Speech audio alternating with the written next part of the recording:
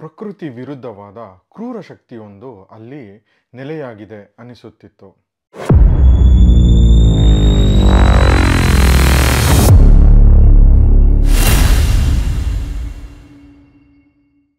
ನಮಸ್ಕಾರ, 64 ಚಾನೆಲ್ಗೆ ಸ್ವಾಗತ. ನಾನು ಚಂದನ್. ತಾಯಿಯ ಮಮತೆ ಮತ್ತು ತಂದೆ ಪ್ರೀತಿ ಬಗ್ಗೆ ಹಲವಾರು ಸಿನಿಮಾಗಳಲ್ಲಿ ನಾವು ನೋಡಿದ್ದೀವಿ, ಹಲವಾರು ಕಥೆನೂ ಕೂಡ ನಾವು ಓದಿದ್ದೀವಿ. ಆದರೆ ಬೇರೆಯವರ ದುಃಖಕ್ಕೆ ನಾವು ಯಾಕೆ ಕಣ್ಣೀರಾಗ್ತೀವಿ, ನಮ್ಮ ಮಕ್ಕಳಿಗೋಸ್ಕರ ನಾವು ಯಾಕೆ ಎಲ್ಲ ತ್ಯಾಗಕ್ಕೂ ಸಿದ್ಧರಾಗ್ತೀವಿ, ಮತ್ತು ಬೇರೆಯವರ ದುಃಖ ಕಂಡ್ರೆ ನಾವು ಯಾಕೆ ಮರಗ್ತೀವಿ, ಈ ಥರ ಎಮೋಷನ್ಸು ನಮಗೆ ಯಾಕೆ ಬರುತ್ತೆ ಮತ್ತು ಹೇಗೆ ಬರುತ್ತೆ ಅಂತ ನೀವು ಯಾವತ್ತಾದರೂ ಯೋಚನೆ ಮಾಡಿದ್ದೀರಾ?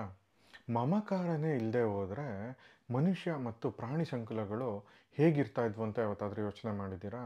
ತನ್ನ ಮರಿಯನ್ನು ತನ್ನ ಹೊಟ್ಟೆಯಲ್ಲಿ ಕಟ್ಟಿಕೊಂಡು ಮರದಿಂದ ಮರಕ್ಕೆ ಹಾರೋ ಮಂಗ, ತನ್ನ ಹೊಟ್ಟೆಯ ಚೀಲದಲ್ಲಿ ತನ್ನ ಮರಿಯನ್ನು ಇಟ್ಕೊಂಡು ಬಾಳ್ವೆ ನಡೆಸೋ ಕಾಂಗ್ರೋ, ಇವೆಲ್ಲ ಈ ಕೆಲಸ ಮಾಡದೆ ಹೋಗಿದ್ರೆ ಬಹುಶಃ ಪ್ರಾಣಿಗಳ ಸಂತತಿನೇ ನಾಶ ಆಗ್ತಾ ಇತ್ತು ಅಂತ ಅನಿಸುತ್ತೆ. ಇವತ್ತಿನ ನಮ್ಮ ಪುಸ್ತಕ 3 ನೀಲ್ಗತೆಗಳ ಸಂಕಲನ. ಅದರಲ್ಲಿ ಒಂದು ಕತೆ ಈ ಥರ ರಿಸರ್ಚ್ ಟಾಪಿಕ್ ಮೇಲೆ ಇದೆ. ರಿಸರ್ಚ್ ಟಾಪಿಕ್ ಅಂತ ಅಂದ ಕೂಡಲೇ ನಿಮ್ಗೆ ಆಲ್ರೆಡಿ ಗೊತ್ತಾಗಿರುತ್ತೆ ಈ ಪುಸ್ತಕದ ಲೇಖಕರು ಯಾರು ಅಂತ. ಹೌದು, ನಾವು ಓದಿದ್ದು ವಿಭಾಗದಲ್ಲಿ ಇವತ್ತು ನಾವು ಪರಿಚಯ ಮಾಡ್ಕೋತಾ ಇರೋ ಪುಸ್ತಕ ಸಿಗೀರಿಯಾ. ಲೇಖಕರು ಡಾಕ್ಟರ್ KN ಗಣೇಶಯ್ಯ. ಪ್ರಕಾಶಕರು ಅಂಕಿತ ಪುಸ್ತಕ. ಪುಟಗಳು 104, ಬೆಲೆ 120 ರೂಪಾಯಿಗಳು. ಜಾನ್ರ ನಾವೆಲಾ. ಈ ಪುಸ್ತಕದಲ್ಲಿ 3 ನೀಲ್ಗತೆಗಳಿವೆ. ಮೊದಲನೇದು ಈ ಪುಸ್ತಕದ ಟೈಟಲ್ ಆಗಿರೋ ಸಿಗೀರಿಯಾ. ಸಿಗಿರಿಯಾ ಬಗ್ಗೆ ನಿಮಗೆ ಗೊತ್ತಿಲ್ಲ ಅಂದರೆ ಇದು ಶ್ರೀಲಂಕಾದಲ್ಲಿರೋ ಒಂದು ಜಾಗದ ಹೆಸರು. ಸಿಂಹಗಿರಿ ಅನ್ನೋದು ಇದರ ಮೂಲ ಹೆಸರು, ಅದು ಈಗ ಸಿಗೀರಿಯಾ ಆಗಿದೆ. ಇದ್ರ ವಿಶೇಷತೆ ಏನಪ್ಪ ಅಂದರೆ ಕಶ್ಯಪ ಅನ್ನೋ ರಾಜ ಬೆಟ್ಟದ ಮೇಲೆ ಒಂದು ಅರಮನೆ ಮತ್ತು ತನ್ನ ಸಾಮ್ರಾಜ್ಯವನ್ನು ಕಟ್ಟಿರ್ತಾನೆ. ಈ ರಾಜನ ಕಥೆನೂ ತುಂಬ ವಿಚಿತ್ರವಾಗಿದೆ. ಪ್ರತಿಯೊಂದು ಘಟನೆಗೂ 2 ಮುಖ ಇರುತ್ತೆ ಅಂತಾರಲ್ಲ ಹಾಗೆ. ಒಂದು ಸ್ಟೋರಿಲಿ ಈ ರಾಜ ತನ್ನ ತಂದೆಯನ್ನು ಕೊಂದು ತನ್ನ ಮಲತಾಯಿಯ ಮಗನಿಂದ ಈ ರಾಜ್ಯವನ್ನು ವಶಪಡಿಸ್ಕೊಂಡ ಅಂತ ಹೇಳಿದ್ರೆ, ಇನ್ನೊಂದು ಕಥೆಯಲ್ಲಿ ಇವನಿಗೆ ಮೋಸ ಆಗಿರುತ್ತೆ, ಆದ್ದರಿಂದ ಇವನು ಬೇಜಾರಲ್ಲಿ ಸೂಸೈಡ್ ಮಾಡ್ಕೋತಾನೆ ಅಂತ ಹೇಳ್ತಾರೆ. ಯಾವುದು ನಿಜ ಯಾವುದು ಸುಳ್ಳು ತಿಳ್ಕೊಬೇಕಂದ್ರೆ ನೀವು ಪುಸ್ತಕನ ಓದಲೇಬೇಕು. ಈ ಕಥೆಯಲ್ಲಿ ನಮ್ಮ ಕಾಂತಾರ ಮೂವಿಲಿ ಬರೋ ಕನಕವತಿ ಥರನೇ ಒಂದು ಫಿಮೇಲ್ ಕ್ಯಾರೆಕ್ಟರ್ ಇದೆ, ಸಖತ್ತಾಗಿದೆ. ಇವಳಿಂದನೇ ಕಶ್ಯಪ ರಾಜನ ವಂಶ ನಾಶ ಆಗುತ್ತೆ. ಹೇಗೆ ಅಂತ ತಿಳ್ಕೊಬೇಕಾ? ಪುಸ್ತಕ ಓದಿ. ಜೊತೆಗೆ ಶ್ರೀಲಂಕಾಗೂ ನಮ್ಮ ಇಂಡಿಯಾಗೂ ಹೇಗೆ ಸಂಬಂಧ ಹುಟ್ಟಿತು ಅನ್ನೋದು ಕೂಡ ಹೇಳ್ತಾರೆ.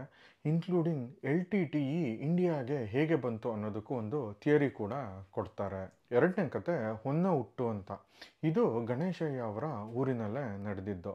ಕೆಲವೊಂದು ನಿಜ ಘಟನೆಗೆ ಸ್ವಲ್ಪ ಕ್ರಿಯೇಟಿವಿಟಿ ಸೇರಿಸಿ ಇದನ್ನು ಬರೆದಿದ್ದಾರೆ. ತುಂಬ ಚೆನ್ನಾಗಿದೆ. ಕತೆ ಬ್ರಿಟಿಷ್ ಕಾಲದ್ದು ಒಂದು ಚಿನ್ನದ ಗಟ್ಟಿಯ ಸುತ್ತ ತಿರುಗುತ್ತೆ. ಕೋಲಾರಕ್ಕೂ ಬ್ರಿಟನ್ಗೂ ಏನು ನಂಟು ಅಂತ ಈ ಕಥೆಯಲ್ಲಿ ನಾವು ತಿಳ್ಕೊಬಹುದು. 3ನೇ ಕತೆ ಚರಮರಾಗ ಅಂತ. ಸಖತ್ತು ಇಂಟ್ರೆಸ್ಟಿಂಗ್ ಆಗಿದೆ. ಈ ವಿಡಿಯೋ ಓಪನಿಂಗಲ್ಲಿ ನಾನು ಹೇಳಿದ್ದೆ ನಮ್ಮಲ್ಲಿ ಎಮೋಷನ್ಸ್ ಹೇಗೆ ಹುಟ್ಟುತ್ತೆ ಅಂತ. ಇದೇ ಥೀಮ್ ಮೇಲೆ ಈ ಕಥೆನ ಲೇಖಕರು ಬರೆದಿದ್ದಾರೆ. ನಮ್ಮಲ್ಲಿ ಎಮೋಷನ್ಸು ಹೇಗೆ ಹುಟ್ಟುತ್ತೆ, ಅದಿಲ್ಲ ಅಂದರೆ ಏನಾಗುತ್ತೆ, ಈ ಪ್ಲಾಟ್ನ ಇಟ್ಕೊಂಡು ಸಖತ್ತಾಗಿ ಗಣೇಶ ಅವರು ಈ ಕಥೆನ ಹೆಣೆದಿದ್ದಾರೆ. ಒಂದು ಎಕ್ಸ್ಪೆರಿಮೆಂಟ್ ನಡೀತಾ ಇರುತ್ತೆ. ಅಲ್ಲಿ ಒಂದು ಹಾರ್ಮೋನಲ್ ಟ್ಯಾಬ್ಲೆಟ್ನ ಕಂಡುಹಿಡಿತಾರೆ. ಈ ಟ್ಯಾಬ್ಲೆಟ್ನ ಟಿಬೆಟ್ನ ಗಡಿಭಾಗದಲ್ಲಿರೋ ಒಂದು ದ್ವೀಪದ ಎಲ್ಲ ಜನರಿಗೂ ಕೊಟ್ಟು ಅಲ್ಲಿ ಒಂದು ನರಮೇಧನ ಮಾಡ್ತಾರೆ. ಈ ಘಟನೆಯನ್ನು ಇಟ್ಕೊಂಡು ಇಂಡಿಯಾಗೂ ಚೈನಾಗೂ ತಂದಾಕೋ ಕೆಲಸನೂ ನಡೆಯುತ್ತೆ. ಈ ಟ್ಯಾಬ್ಲೆಟ್ನ ಯಾಕೆ ಕಂಡುಹಿಡಿದ್ರು, ಈ ಎಕ್ಸ್ಪೆರಿಮೆಂಟ್ನ ಯಾಕೆ ಮಾಡಿದ್ರು ತಿಳ್ಕೊಬೇಕಾ? ಪುಸ್ತಕನ ಓದಿ.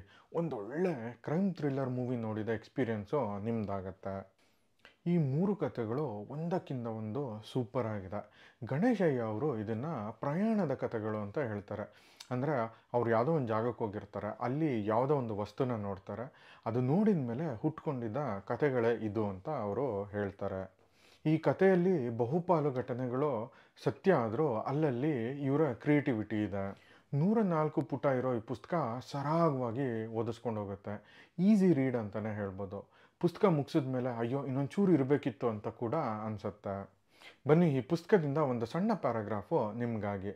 ಅದಕ್ಕೂ ಮುಂಚೆ ನಾವು ಮಾಡ್ತಿರೋ ಈ ಕನ್ನಡ ಪುಸ್ತಕವನ್ನು ಪರಿಚಯಿಸೋ ಕೆಲಸ ನಿಮಗೆ ಇಷ್ಟ ಆಗಿದೆ ಅಂದರೆ ದಯವಿಟ್ಟು ನಮ್ಮ ಚಾನಲ್ಗೆ ಸಬ್ಸ್ಕ್ರೈಬ್ ಆಗಿ. ಈ ವಿಡಿಯೋನ ಲೈಕ್ ಮತ್ತು ಶೇರ್ ಮಾಡೋದು ಮರಿಬೇಡಿ. ಮೊದಲನೇ ಪಾರ. ಅಂದರೆ ನಾವೆಲ್ಲ ಸ್ವಾರ್ಥಿಗಳೆಂದೇ ನೀವು ಹೇಳುವುದು? ಆದರೆ ಅದು ತಪ್ಪಲ್ಲ. ಸಾಂಸ್ಕೃತಿಕ, ಧಾರ್ಮಿಕ ಹಾಗೂ ವೈಚಾರಿಕ ದೃಷ್ಟಿಯಲ್ಲಿ ಆ ಸ್ವಾರ್ಥಕ್ಕೆ ಬೆಲೆ ಇಲ್ಲದಿದ್ದರೂ ಜೈವಿಕ ಹಾಗೂ ತಾತ್ವಿಕ ದೃಷ್ಟಿಯಲ್ಲದು ಅನಿವಾರ್ಯ. ಆ ಸ್ವಾರ್ಥತೆ ವಿಕಾಸಗೊಂಡಿರದಿದ್ದಲ್ಲಿ, ಪ್ರತಿ ತಂದೆ ತಾಯಿಯ ಮನಸ್ಸಿನಲ್ಲಿ ತಮ್ಮ ಮಕ್ಕಳ ಬಗ್ಗೆ ಸ್ವಾರ್ಥತೆ ನೆಲೆಯಾಗದಿದ್ದಲ್ಲಿ, ಮಕ್ಕಳನ್ನು ಸಾಕಲು ನಾವು ಪಡುವ ಕಷ್ಟಕರ ನಡತೆಗಳು ವಿಕಾಸಗೊಳ್ಳುತ್ತಿರಲಿಲ್ಲ. ಆಗ ಮಕ್ಕಳನ್ನು ಸಾಕುವ ಪರಿಪಾಠವೇ ಇಲ್ಲದೆ ಯಾವ ಜೀವಿಯ ಸಂತತಿಯೂ ಬದುಕುತ್ತಿರಲಿಲ್ಲ. ಭೂಮಿಯ ಮೇಲಿನ ಎಲ್ಲ ಜೀವಿಗಳಲ್ಲಿಯೂ, ಸೂಕ್ಷ್ಮಾಣುಗಳಿಂದ ಹಿಡಿದು ತಿಮಿಂಗಲಗಳವರೆಗೆ ಇದು ಅನ್ವಯಿಸುತ್ತದೆ. ಕಾಂಗರು ಹೊಟ್ಟೆಯ ಚೀಲದಲ್ಲಿ ತನ್ನ ಪುಟ್ಟ ಮರಿಯನ್ನು ಹೊತ್ತು ತಿಂಗಳುಗಟ್ಟಲೆ ಸಾಕುತ್ತದೆಯಲ್ಲವೇ? ಅದಕ್ಕೇನು ಗ್ರಹಚಾರ? ಹೆಣ್ಣು ಮಂಗವು ತಾನೇ ಮರದಿಂದ ಮರಕ್ಕೆ ಹಾರುವುದಕ್ಕೆ ಕಷ್ಟಪಡುತ್ತಿದ್ದರೂ ತನ್ನೆದೆಗೆ ಮಗುವನ್ನು ತಬ್ಬಿಕೊಂಡೇ ಕಷ್ಟಪಟ್ಟು ಬೆಳೆಸುತ್ತದೆ. ಇನ್ನು ನಮ್ಮಲ್ಲಿ 9 ತಿಂಗಳ ಕಾಲ ತಾಯಿ ತನ್ನ ಪ್ರಾಣವನ್ನೇ ಹೊಟ್ಟೆ ಇಟ್ಟು ಭ್ರೂಣವನ್ನು ಬೆಳೆಸುತ್ತಾಳೆ. ಅದು ಹೊರಬಂದ ಮೇಲೆ ಪ್ರಾಣ ತೆತ್ತಾದರೂ ಸಾಕುತ್ತಾಳೆ. ಆ ಮಗುವಿನ ಮತ್ತು ತಾಯಿಯ ಮಮಕಾರಕ್ಕೆ ಸೋತ ಗಂಡು ಜೀವ ಆ ಮಗುವಿಗಾಗಿ, ಅದರ ಏಳ್ಗೆಗಾಗಿ ಹೇಗೋ ದುಡಿದು ಸಂಪಾದಿಸಿ ತರುತ್ತಾನೆ. ಹೀಗೆ ಮಕ್ಕಳನ್ನು ಸಾಕುವ, ಪೋಷಿಸುವ ಈ ವರ್ತನೆ ವಿಕಾಸಗೊಳ್ಳದಿದ್ದಲ್ಲಿ ನಾವ್ಯಾರೂ ಬದುಕುಳಿಯುತ್ತಿರಲಿಲ್ಲ. ನಾವು ಹುಟ್ಟಿದಂತೆ ಸತ್ತು ಹೋಗುತ್ತಿದ್ದೆವು, ರಕ್ಷಣೆ ಇಲ್ಲದೆ, ಪೋಷಣೆ ಇಲ್ಲದೆ. ಇನ್ ಕೇಸು ನೀವು ಈ ಪುಸ್ತಕನ ಆಲ್ರೆಡಿ ಓದಿದರೆ ನಿಮ್ಮ ಅನಿಸಿಕೆನ ಕಮೆಂಟ್ ಮೂಲಕ ತಿಳಿಸೋದು ಮರಿಬೇಡಿ. ಮುಂದಿನ ವಾರ ಹೊಸ ಪುಸ್ತಕದೊಂದಿಗೆ ನಿಮ್ಮ ಮುಂದೆ ಬರ್ತೀವಿ. ಅಲ್ಲಿಯವರೆಗೂ ಓದಿ ಮರುಳಾಗಿ. ವಿಡಿಯೋ ನೋಡಿದ್ದಕ್ಕಾಗಿ ಧನ್ಯವಾದಗಳು. ನಾನು ಚಂದನ್, ಸೈನಿಂಗ್ ಆಫ್.